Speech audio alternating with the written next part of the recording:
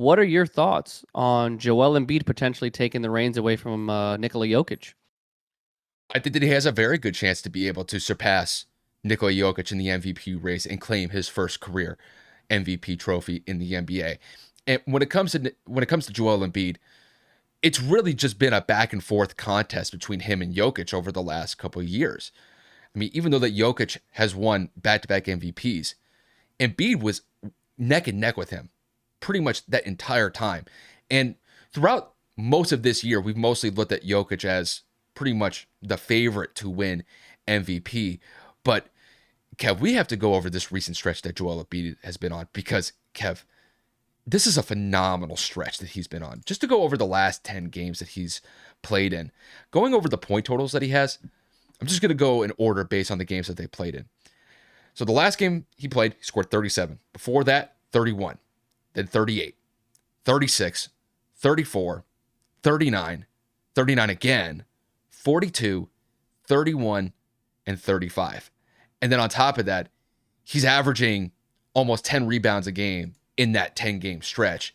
And when it comes to the 76ers as a team, they've won 8 out of their last 10. That Chicago game was a little bit weird. That double OT game where offensively, really, the Bulls and the 76ers couldn't really score. Mind you, usually when you see a double overtime game in the NBA, the score is going to be like 140 to 135, something like that. The score of that game was 109 to 105.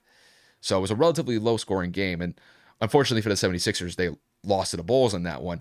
But when you look at the stretch that Joel Embiid's been on, he's been the primary catalyst for why the 76ers are one of the best teams in the Eastern Conference and the NBA to a larger extent.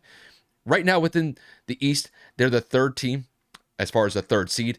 I believe they're behind the Bucks by 1 game in the Eastern Conference. So there's still a little bit of time for the 76ers to try to improve their seeding to possibly get that 2 seed away from Milwaukee.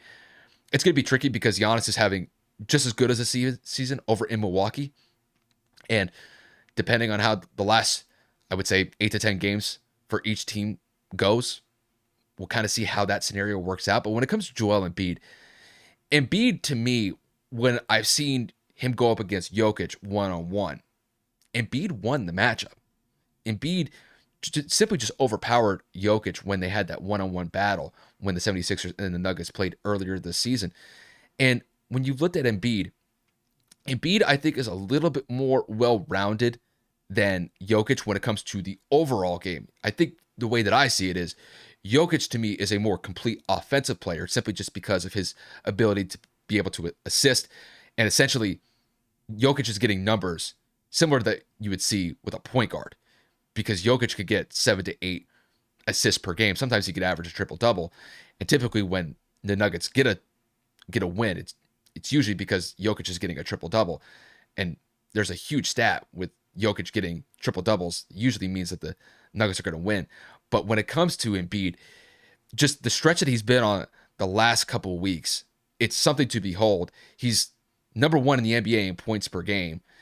And when you look at just the body of work that Embiid's been able to do consistently throughout this year, not only just this year, but the last couple of years, he's one of the best players in the NBA. And I don't believe that NBA fans give him the amount of shine that he's deserved compared to somebody like Jokic. I think a lot of people look at Jokic over the last couple of years and they hold him in high regard. And it's not to say that they do the same with Embiid. It's just there's a slight little difference between the two. But I think with the way that Embiid has been playing, especially over, I would say, the last 2 weeks, really probably ever since the All-Star break, he has definitely put himself in contention to potentially get an MVP trophy. It's just going to come down, I think, to this last stretch of the season. And whoever plays better, whether it's Jokic or Embiid, I think if Embiid plays better than Jokic, I think that there's a very good chance that Embiid can capture his first MVP. But if Jokic plays better than Embiid in this final stretch of the season, I think that Jokic would claim his third straight MVP. But Embiid is right there. And I will say just one final point. I think Embiid's his overall defensive capabilities compared to Jokic, I think slightly put him in a better position over Jokic overall, just because defensively he's one of the best defenders in the NBA, and he is a better one-on-one defender than Jokic. I think you tie those factors in together. I think if Embiid plays the way that he's been playing the last couple of weeks and finishes out the regular season strong, I think he could definitely get an MVP trophy. That's just how I see it. I mean, Kyle obviously hit the nail on the head in pretty much every single point that you can for an MVP candidate, and I will echo pretty much everything. And I'm just going to go over some numbers for this season as a whole, right? So we know that Nikola Jokic is averaging damn near a triple-double. We know that the Nuggets are the number one seed in the Western Conference. We know that Nikola finally has a healthy set of teammates in Michael Porter Jr. and Jamal Murray and a good supporting cast with a great head coach. But we're looking at Joel Embiid. Statistically, he's the NBA's leading scorer. He's averaging 11 rebounds a game. Or excuse me, he's averaging, well, sorry, I can't read today. He's averaging 10 rebounds a game this year. He's also averaging 11 free throw attempts. He's averaging 35% from the three-point line and 55% from the field. And like Kyle said, defensively, he's almost averaging 2 blocks a game as well as a steal a game. I understand where Kyle's coming from as a complete package in terms of he can give you 30 on the offensive end, and then he can limit his opponent to under 15 to 20 points on the defensive side as well.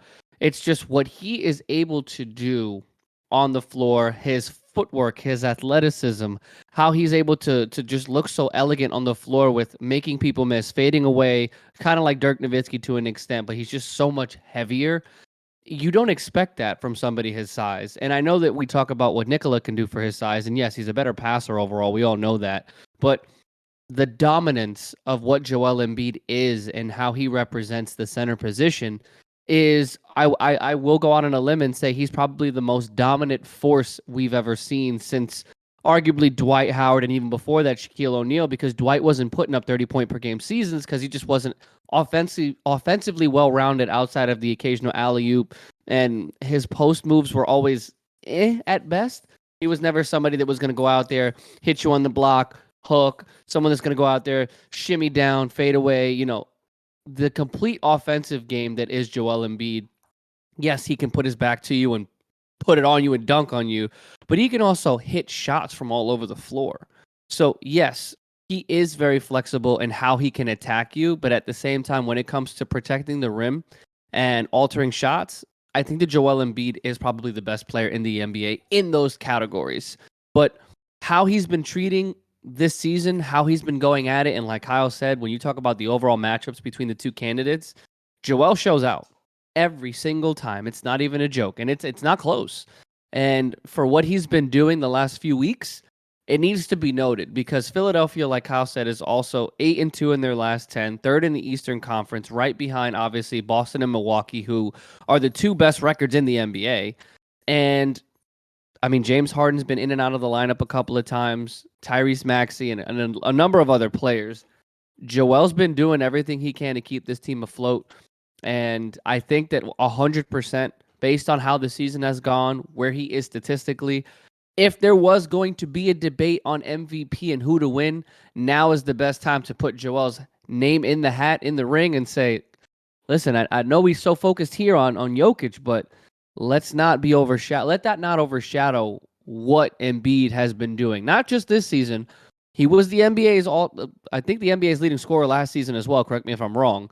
And what he's been able to do has just been nothing short of incredible. So this is definitely going to be a good race, and it's going to come down to the wire.